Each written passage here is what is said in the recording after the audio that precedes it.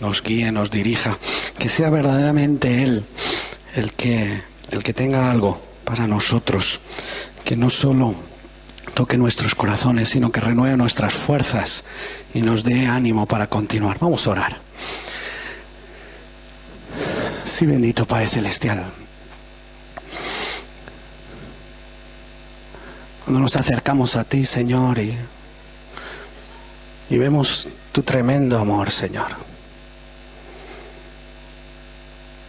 Y como acto reflejo, Señor, vemos nuestra limitación, nuestra debilidad. No podemos hacer otra cosa, Señor, que clamar, Señor, para que tú sigas moldeándonos, Señor, para que tú sigas ayudándonos, Señor, para que verdaderamente seas tú en nosotros y no nosotros los que gobiernas nuestras vidas, Señor. Por eso, Padre Celestial, en esta mañana te pedimos, Señor, te rogamos, Señor, toma control de nuestras vidas. Tú sabes cómo estamos. Tú sabes los más profundos de nuestros pensamientos, nuestros sentimientos más sinceros, Señor. Tú sabes las dificultades que estamos enfrentando, Señor. Tú sabes. Por eso, Padre Celestial, abre nuestros oídos, Señor. Abre los ojos de nuestro entendimiento, Señor, para que podamos escucharte, verte, Señor, sentirte, Señor. Ora tú, Señor. Toma control de mi lengua, Señor, de mis pensamientos, de mis acciones, Señor, para que seas tú creciendo en mí y yo menguando. En nombre de Jesús. Amén. No sé si os habéis dado cuenta que en las canciones que hemos cantado en esta mañana, en dos, por lo menos que yo me haya dado cuenta, en dos de ellas han estado inspirados en mujeres. Y no mujeres cualquiera, sino mujeres de Dios. Mujeres que decidieron creer a Dios. Dice que aquella mujer que creía que con solo tocar el borde de su manto sería sana, ¿verdad? Y aquella otra mujer que vino ante los pies del Señor y allí derramó ese perfume más valioso que tenía para reconocerlo. Ambas expresiones de fe, de confianza, de adoración, de amor. Ambas expresiones que nos pueden inspirar. Y de hecho, en esta semana, un recuerdo de esos que aparecen en Facebook de hace 5 años, vino a mi Facebook y me recordaba justamente una de estas dos mujeres. Era aquella que había venido a los pies del Señor Jesucristo, aquella que había venido a derramar ese perfume. Y meditando hace 5 años, sobre aquella mujer y aquel gesto, sin duda me conmovió. Pero no solo me conmovió hace 5 años, sino me sigue conmoviendo hoy en día. Me sigue conmoviendo aquel gesto de aquella mujer. Qué hermoso que la palabra tenga no solo palabras, no solo expresiones, sino muchas veces tengan imágenes que nosotros podemos recrear en nuestra mente, incluso poner por dibujo, de acciones de hombres y mujeres de Dios. He titulado a este sermón La paga del pecado es muerte. Cuando el pastor me preguntó, bueno, ya sabes el tema del sermón, le dije, la paga del pecado es muerte. Me miró con una cara y dice, ¿qué te han hecho en Estados Unidos? Yo, no, tranquilo, ya me vas a dejar, porque está inspirado justamente en aquella mujer de la cual Lucas nos habla cuando hacemos estudio de la palabra y nos damos cuenta de que hay escenas que son tan semejantes que parecen ser la misma y podrían ser la misma. Tanto en un evangelio como en otro aparecen con descripciones y detalles diferentes.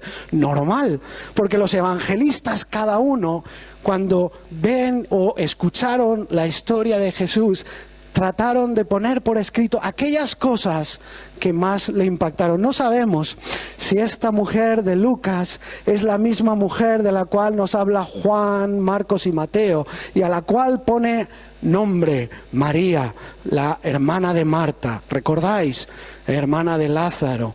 Incluso pone lugar en Betania. No sabemos si es el mismo o no.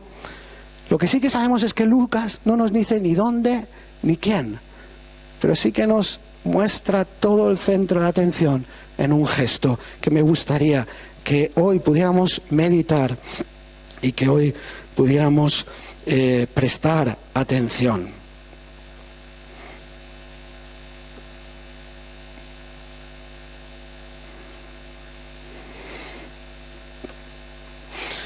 Me vais a seguir en el capítulo 7 de Lucas. Capítulo 7 de Lucas. Al terminar el capítulo es donde Lucas empieza a hablarnos de esta mujer. Capítulo 7 de Lucas, versículo 36 dice: uno de los fariseos invitó a Jesús a comer. Así que fue a la casa del fariseo y se sentó a la mesa. Ahora bien, vivía en aquel pueblo una mujer que tenía fama de pecadora. Cuando ella se enteró que Jesús estaba comiendo en casa del fariseo, se presentó con un frasco de alabastro lleno de perfume. Llorando, se arrojó a los pies de Jesús, de manera que se los bañaba en lágrimas. Luego se los secó con los cabellos. También se los besaba y se los ungía con el perfume. Al ver esto, el fariseo que lo había invitado dijo para sí: si este hombre fuera profeta, sabría quién es la que lo está tocando y qué clase de mujer es. Una pecadora. Entonces Jesús le dijo a manera de respuesta: Simón, tengo algo que decirte. Dime, maestro, respondió. 2 hombres le debían dinero a cierto prestamista. Uno debía 500 monedas de plata y otro tan solo 50. Como no tenían que pagarle ni el uno ni el otro, les perdonó la deuda a los 2. Ahora bien, ¿cuál de los 2 piensas que lo amará más? Supongo, dijo aquel, que aquel a quien más le perdonó. Has juzgado bien, le dijo Jesús. Luego se volvió hacia la mujer y le dijo a Simón: ¿ves a esta mujer? Cuando entré en tu casa no me diste agua para los pies, pero ella me ha bañado los pies en lágrimas y me los ha secado con sus cabellos. Tú no me besaste, pero ella, desde que entró, no ha dejado de besar los pies. Tú no me ungiste la cabeza con aceite, pero ella me ungió los pies con perfume.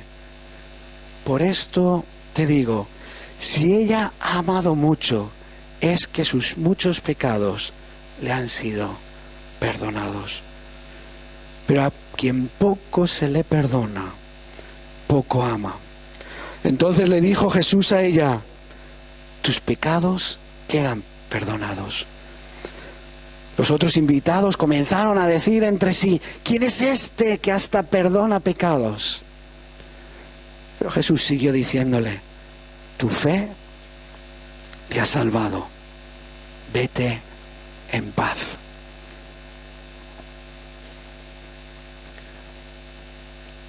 Fijaos, tremenda escena. Jesús estaba comiendo tranquilo porque le había invitado un fariseo, y aquella mujer de repente, sin pedir permiso, entra, se echa a los pies y con aquellas lágrimas incontenibles empieza a mojarle los pies, empieza a restregarlos, empieza a secarlos con sus cabellos, y no solo los seca con sus cabellos, sino que rompe ese perfume que tenía y empieza a derramarlo sobre sus pies. Y ante tal expresión, sin duda, todos quedaron atónitos. Todos quedaron atónitos. Todos empezarían a preguntarse la gran pregunta: ¿y por qué? ¿Y por qué? Algunos murmurando en contra del propio Jesús. Si supieran la clase de mujer que es. ¿Y no os parece increíble que Jesús en ningún momento se plantee qué clase de mujer es? Cuestione cuál ha sido su fama, cuánto ha pecado, sino que él se fija en que aquel que le había invitado no le había recibido como era costumbre en el pueblo judío. Y en cambio esta mujer, con sus propias lágrimas, con sus propios cabellos, con su propio perfume, había hecho algo aún más grande. ¿Nos parece hermoso? ¿Pero por qué? ¿Por qué pensáis que esta mujer hizo lo que hizo? ¿Por qué? ¿Por qué fue movida para ir más allá de sus prejuicios, de sus miedos, del qué dirán, entrar en un lugar donde no se le había invitado y ponerse a hacer algo como muestra de su tremendo afecto? ¿Por qué? ¿De dónde saldría esa euforia en aquella mujer? No se nos dice. Lo que sí que se nos dice es que Jesús lo compara a dos personas con deudas. No voy a preguntar cuántos de aquí tenéis deudas o cuántos habéis tenido deudas, pero sí, ¿os podéis imaginar lo que significa para deudores? Que alguien diga: cancelo tu deuda. ¿Os imagináis? Dice alguno: ya me gustaría a mí, ¿verdad? Fijaos que nos dice la cantidad de deuda. Dice que uno tenía 50 monedas, lo que vendrían a ser 50 días de trabajo, alrededor de 2 meses de salario, y otro tenía 500 monedas, lo cual serían prácticamente 2 años de salario. Es decir, hacemos las matemáticas modernas, ¿vale? Alguno ya ha dicho: uy, si son 2 años de salario, casi 2 años, 20 meses, ¿cuánto sería en deuda actual? Cada uno según lo que cobre, ¿verdad? Pero sería mucho dinero. 2 años enteros de salario en pagos razonables tomaría mucho, mucho tiempo. Por lo tanto, aquel que debía 2 meses de jornal se alegró.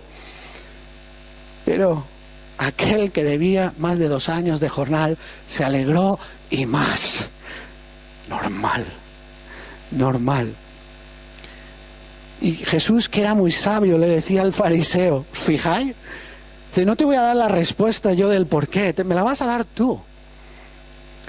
Y de ¿cuál de ellos amó más? Y aquel, como haciéndose el remolón: hombre, supongo, ya me ha metido a mí en una encerrona, ¿supones qué? Pues que al que más se le perdonó. Efectivamente, tú lo has dicho, al que más se le perdonó. Porque el que mucho se le perdona, mucho ama. Pero el que poco se le perdona, poco ama.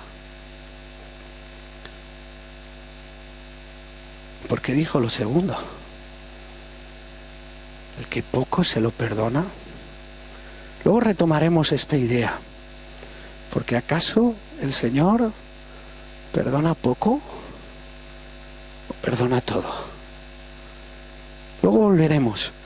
Porque me gustaría que podamos seguir en esta idea del por qué. Dice: porque sus pecados fueron limpios. Sí, podría ser la respuesta, ¿verdad? Porque hizo cuenta nueva, ¿verdad? Borrón y cuenta nueva, y todos los pecados ya no se les tuvieron en cuenta. ¿Fue por eso que aquella mujer corrió a los pies de Jesús? ¿Fue porque sus pecados le fueron perdonados? ¿Fue por eso? ¿Fue porque se sintió limpia por primera vez? Puede ser.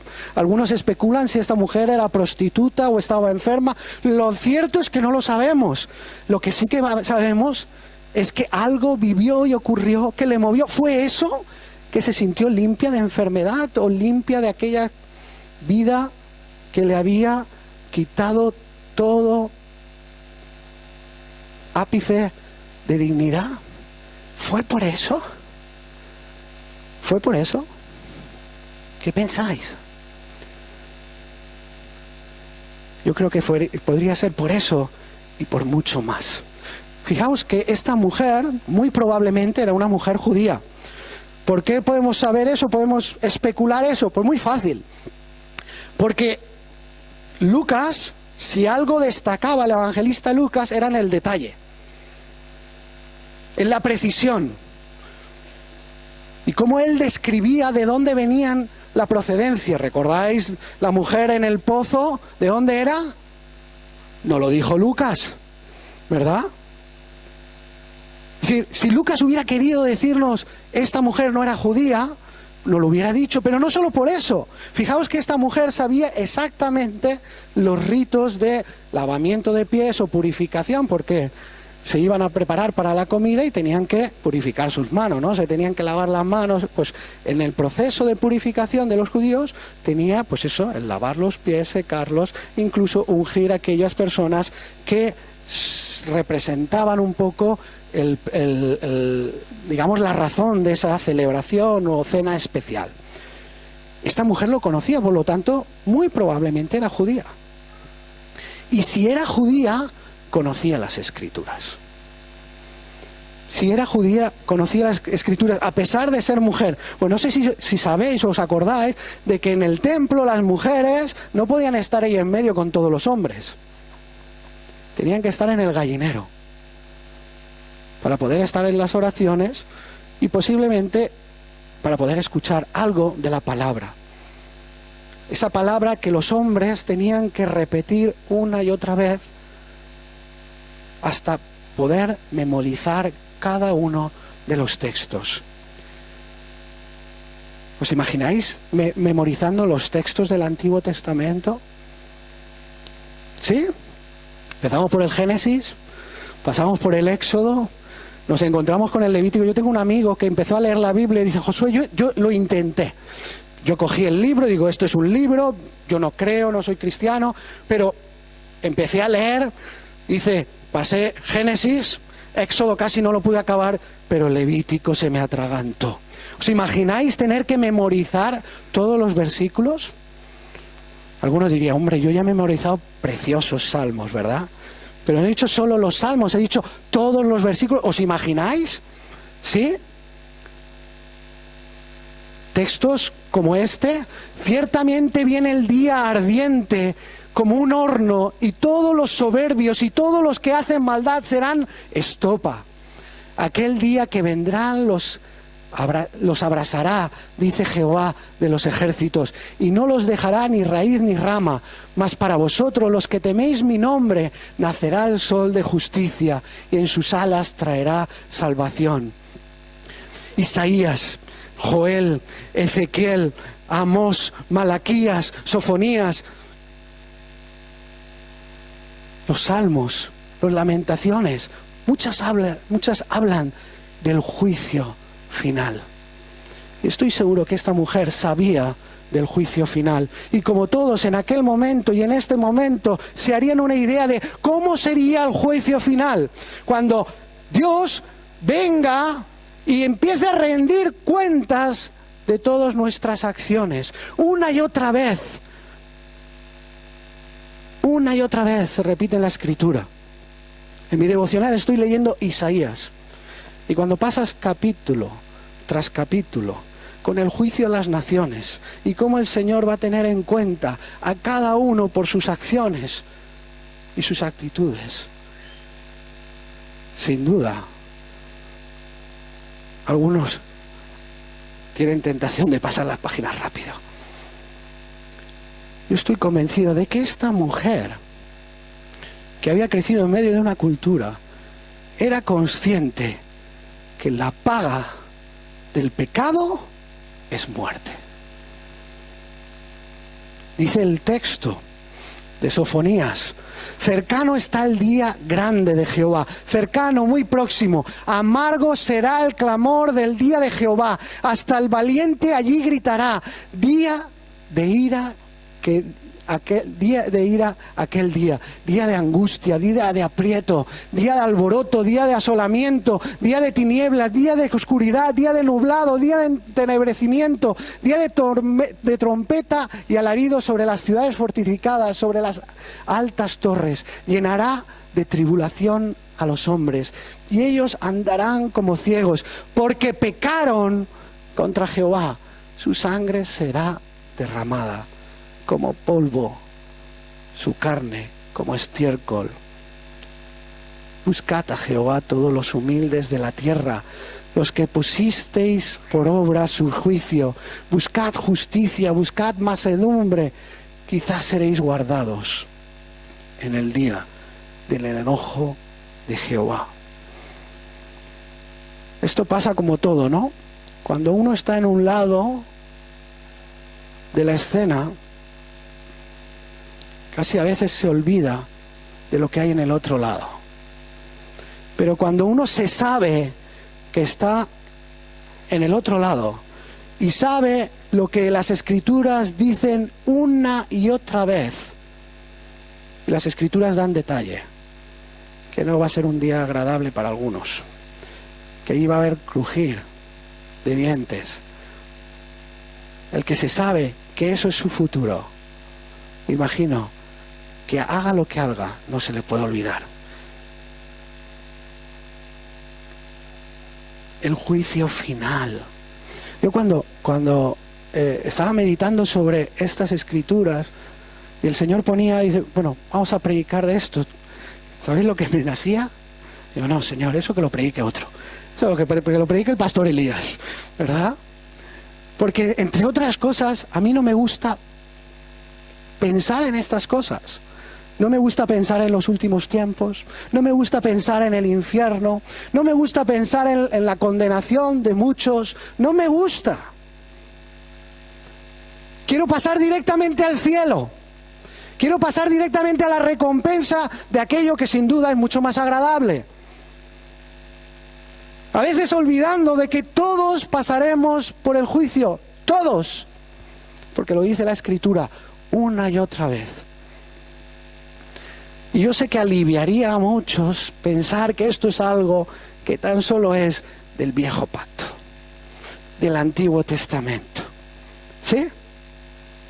¿Sí o no? ¿Nos alegraría o no? Pensar que con Malaquías se quedó, Zacarías, Malaquías, ¡pum! Y a partir de ahí vino Jesús con otro mensaje. Pero la realidad es que no es así.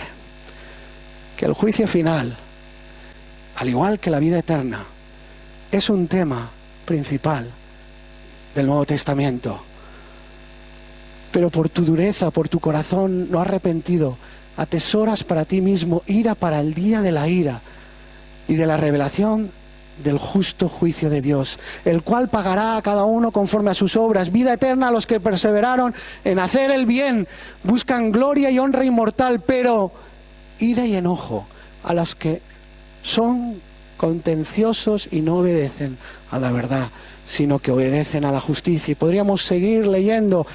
Tesalonicenses: es justo delante de Dios pagar con tribulación a los que os atribulan, mientras que a vosotros, los que sois atribulados, daros reposo junto con nosotros, cuando se manifieste el Señor Jesús desde el cielo con los ángeles de su poder en llama de fuego, para dar retribución a los que no conocieron a Dios ni obedecieron el Evangelio de nuestro Señor Jesucristo. Estos sufrirán pena eterna. Y seguiríamos leyendo en 1 Corintios, en Efesios, en Gálatas. La realidad es que el Nuevo Testamento hasta tiene un libro monográfico de los últimos tiempos. Y en ese libro monográfico, donde solo y exclusivamente se habla de eso, de los últimos tiempos, del juicio final, del arrebatamiento, de la condenación eterna, encima, no sé si lo habéis leído, pero encima, irónicamente, el autor lo hace en 3 estadios. Es decir, primero habla generalmente del tema, como para introducirte. Luego vuelve a hablar del tema con un poco más de detalle. Y una tercera vez habla del tema con otros detalles. Una y otra vez hablan del tema que muchos no queremos ni saber, ni escuchar, ni leer. Por eso, mejor Apocalipsis lo dejamos para cuando estemos en la presencia del Señor. Y no solo en el Nuevo Testamento, en las cartas, en los libros, sino en los evangelios. ¿Sabéis que la palabra infierno aparece 13 veces en la palabra, la escritura? 13, en la Biblia, 13. ¿Y sabéis que de esas 13, 11 de ellas aparecen en la boca de Jesús? ¿Verdad que no? 11 veces aparece en la boca de Jesús el infierno. Ya no el juicio final, ya no el momento en el cual tendremos que rendir cuentas al Señor por nuestras acciones, actitudes, decisiones. No solo el día en que algunos serán apartados para vida eterna y otros para condenación. ¿O no recordáis aquella parábola del trigo y la cizaña? ¿Sí? ¿Recordáis?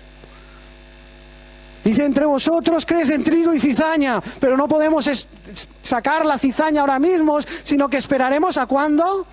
Al día de la siega. Y en el día de la siega, ¿qué pasará? El trigo será apartado a un lado y la cizaña será echada al fuego. Vosotros, yo soy la vid, vosotros los pámpanos, y el que no lleva fruto es cortado y echado al fuego. A veces, hermanos, hacemos una lectura light de las Escrituras, donde prestamos atención a aquellas cosas que nos interesan y aquellas cosas que no nos interesan y que no nos gusta, casi ni nos damos cuenta. Trigo, cizaña no me preocupa, su futuro no me preocupa. Ovejas, las cabras locas tampoco me interesan. Porque eso sí, siempre damos por sentado de que nosotros estamos en el otro lado. Pero la realidad es que las Escrituras una y otra vez nos recuerdan que el tiempo de la tierra y del cielo pasarán y que vendrá un nuevo tiempo. Y en ese nuevo tiempo no estaremos todos. No estaremos todos. No estaremos todos. Y andamos como si eso no nos preocupara. Yo soy de una generación que cuando era pequeño y alguien hablaba del Señor a la otra persona, le decía, arrepiéntete porque te vas a ir al infierno. De hecho, yo conocía a un misionero que dice, yo cada vez que presento el Evangelio voy con un mechero. Entonces le digo a los chicos, poner la mano. Y entonces saco el mechero y le pongo el fuego debajo. Y cuando los chicos quitan la mano y digan que no te gusta, pues eso es lo que te va a pasar eternamente. Os lo digo de verdad, ¿eh?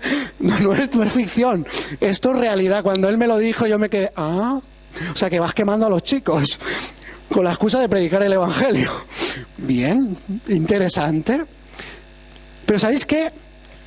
Aquella generación como que pasó, como que vimos que era exagerado, que estaba predicando un Evangelio que no reflejaba la totalidad de las Escrituras.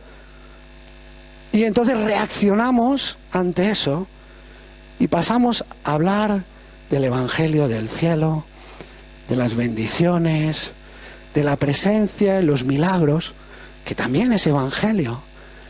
pero casi olvidando el hecho de que en medio de eso haya un juicio.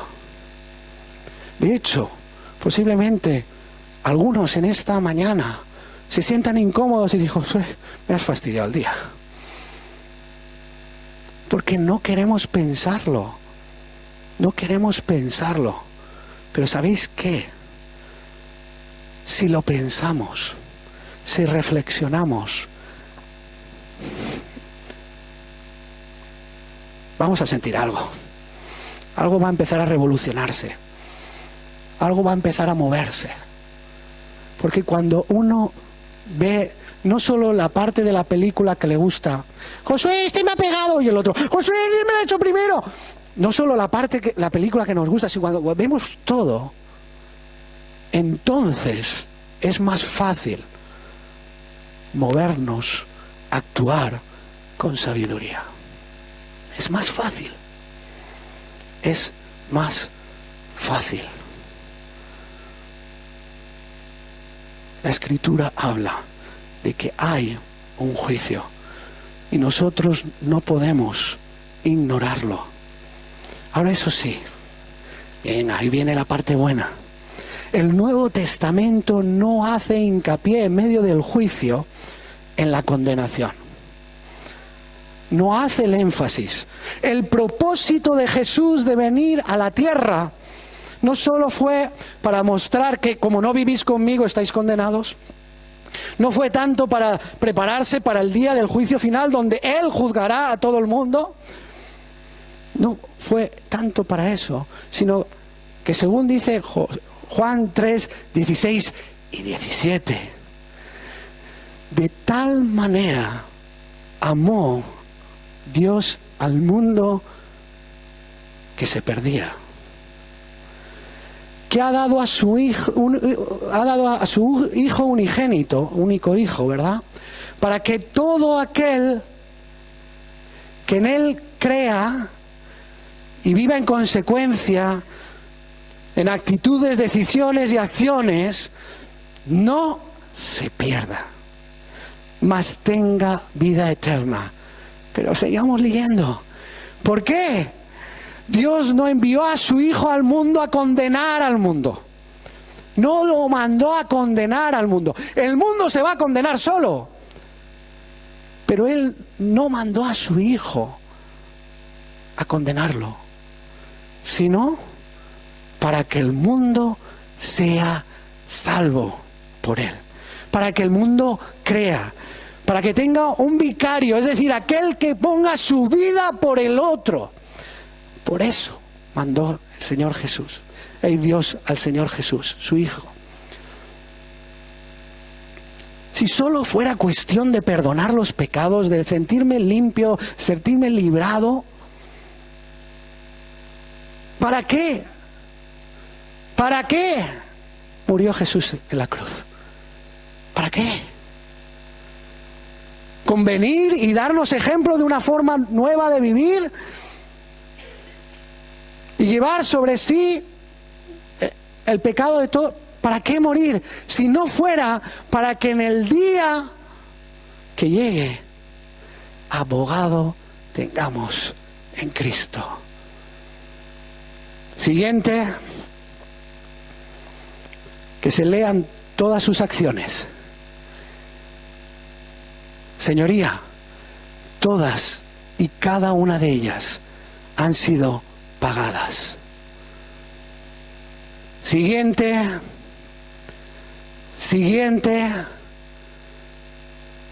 todas y cada una. Ahí está el énfasis. El Señor, la Escritura, hace énfasis en salvar. Pero eso sí, no niega que va a haber condenación. Seguimos leyendo el 18 y luego al final del capítulo otra vez. El que en Él cree no es condenado, pero el que no cree ya ha sido condenado, porque no ha creído en el nombre del unigénito Hijo de Dios. El que cree en el Hijo tiene vida eterna, pero el que se niega a creer en el Hijo, ella y él aquellos con los que tratamos, el que se niega a creer en el Hijo, dice la Escritura, no verá la vida, sino que la ira de Dios está sobre él. ¿Sabías que tú y yo íbamos a ser condenados a muerte? ¿Lo sabíais?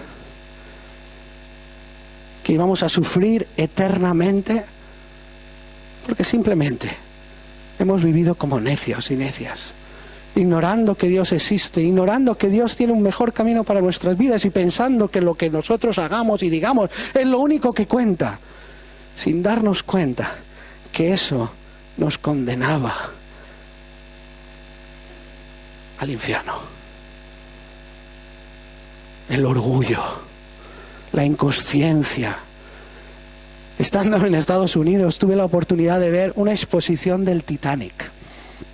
Una exposición con todo detalle. La primera bienvenida era una maqueta real de la situación en la que se encuentra hoy en día el barco, que sin duda no es igual que en sus mejores momentos. Y luego toda la exposición te empieza a dar detalle de cómo fue planeado, cómo fue construido, todos esos ingenieros en la habitación, esas fotos donde todos están tomando medidas y notas, porque claro, ellos son capaces de hacer que un barco flote y que sea invencible, ¿verdad? Y luego cómo pusieron todo el detalle, te ponen ahí los camarotes, esto era lo que es el camarote de primera. Y luego el de segunda. Imaginaos mis hijas cuando vieron el de tercera. Dice, papá, ¿y por qué son diferentes? Hija mía, porque unos tienen más dinero que otros. Entonces unos estaban arriba, otros estaban abajo, ¿verdad? Y luego seguimos en el detalle, y entonces estaban hablando de cómo todos los avisos mostraban que esto podía acontecer. De hecho, dentro de la tripulación habían gente que había trabajado, ingenieros, electricistas, por si algo ocurría que pudieran hacer frente. Pero ellos siguieron con el barco para adelante. Sigue la exposición y te ponen un trozo de hielo y pone, por favor, tócalo. Entonces uno pone la mano. Y no solo la mano se le pone fría, sino se le ponen los pelos de escarpias. Cuando a continuación te dicen a qué temperatura estaba el agua. Y la realidad de que todos los que murieron allí, murieron por congelación. En unos minutos, estando en el agua, morirían. Y algunos románticos verán la película de aquel chico que se va hundiendo. Cuidado que sale la 2. Pero ¿sabéis lo que más me impresionó?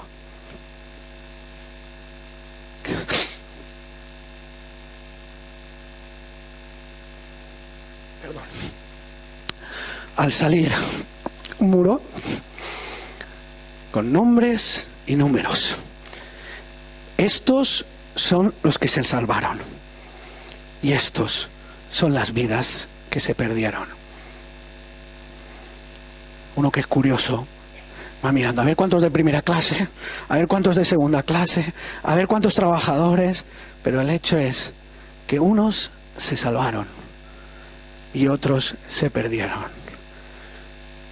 Y yo me pregunto, ¿por qué me hace estremecer el hecho de pensar que miles de personas murieron en el Titanic congeladas? En cambio, cuando abro la Escritura y una y otra vez leo que en el día del juicio algunos se salvarán y otros perderán su vida, y no solo perderán su vida, sino lo harán de una manera dramática. Por supuesto que puedo entender que aquella mujer, consciente de lo que Jesús había hecho en su vida, consciente de que el Señor había perdonado cada uno de sus pecados, consciente de que el Señor le había hecho sentirse limpia, pero sobre todas las cosas consciente que aquella condenación que iba a caer sobre ella ya nunca más estaría. Me hace pensar que es normal que cuando tuvo la oportunidad de ver a su Salvador, se tirara a sus pies. Me hace pensar que es normal que ese coraje de saberse limpia y perdonada no solo le hiciera afrontar todo miedo al que dirán, sino que le ayudaran a quitar toda inhibición de sus lágrimas, para con ellas poder limpiar los pies al Salvador. Acción suficiente que para lo que otros sería una humillación, que sería usar sus propios cabellos para poder secar, para ella sería un privilegio que sus cabellos pudieran tocar los pies del Salvador. Y por si eso fuera poco, poder rendir lo más valioso de su vida, reconociendo que Él es su único Señor y su único Salvador. ¿Nos parece normal? ¿Nos parece normal? Una reacción natural de aquel que se sabe salvo. Tiene la convicción y la certeza. ¿Y tú? ¿Tienes esa convicción y esa certeza de que has sido salvo? No por tus méritos ni por tus intentos, sino porque Cristo derramó hasta su última sangre por ti y por mí, para que uno más pudiera ser salvo. Uno más pudiera ser salvo. ¿Y pensáis vosotros que esta euforia fue amor o flor de un día? ¿Que al día siguiente esta mujer se olvidó de todo lo experimentado y vivido? ¿Que esa acción de adoración fue una acción y ya está? Yo no lo creo. Yo no lo creo. Porque cuando Cristo empieza a morar en tu vida, cuando en Cristo empieza a revolucionar tu vida, sin duda eso es el principio de la historia. Sin duda, esa acción de adoración y reconocimiento público de que Jesús es su Señor y Salvador sería el primero de muchos. Sin duda, ese amor que ella tenía no solo le hacía sentirse libre, liberada, limpia, sino que le haría transformar poco a poco su forma de vivir. Porque Jesucristo había abierto sus ojos y por tanto empezaría a guiar sus acciones y decisiones. Seguro que esa persona no solo no contendría más sus lágrimas, sino que tampoco enmudecería sus labios, sino que en todo momento y a toda hora, con el amor más profundo, aprovecharía cualquier oportunidad para aquel que no ve, para que aquel que no conoce, para que aquel que vive en desobediencia pueda tener un encuentro con el Señor, cambiar su vida y pasar de muerte a vida. Yo creo que cuando somos conscientes de la totalidad de la acción de Dios en nuestras vidas, cuando no menospreciamos la cruz como si de una lejía se tratara, que simplemente limpia mis pecados y ya está, sino que somos conscientes que allí el Señor Jesús pagó por ti, por mí, por Él y por ella. No podemos hacer otra cosa que vivir de forma diferente y proclamar a Cristo. Yo no sé tú, pero el Señor me ha hecho pensar y mucho. Que Dios te ayude también a ti. Porque la paga del pecado es muerte. Pero la dádiva de Dios es vida eterna en Cristo Señor. Jesús, Señor nuestro. Vamos a orar. Os invito a poneros en pie.